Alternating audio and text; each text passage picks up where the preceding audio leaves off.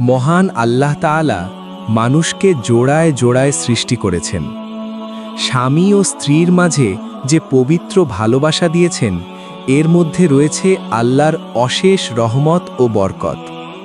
কিন্তু শয়তান সবচেয়ে বেশি খুশি হয় যখন সে স্বামী স্ত্রীর সম্পর্ক নষ্ট করতে পারে। তাই এই মধুর সম্পর্ক টিকিয়ে রাখতে আমাদের দোয়ার আশ্রয় নেওয়া উচিত। আল্লাহ আমাদের পরিবার নিয়ে একটি শ্রেষ্ঠ দোয়া শিখিয়েছেন।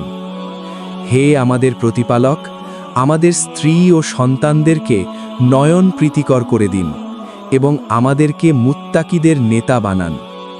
এই দোয়ায় জীবনের সব কল্যাণ রয়েছে।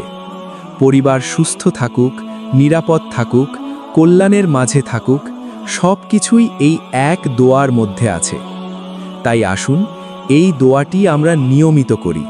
ইনশাআল্লাহ আল্লাহ আমাদের পরিবারে সাকিনা, রহমত ও বরকত দান করবেন। আমিন।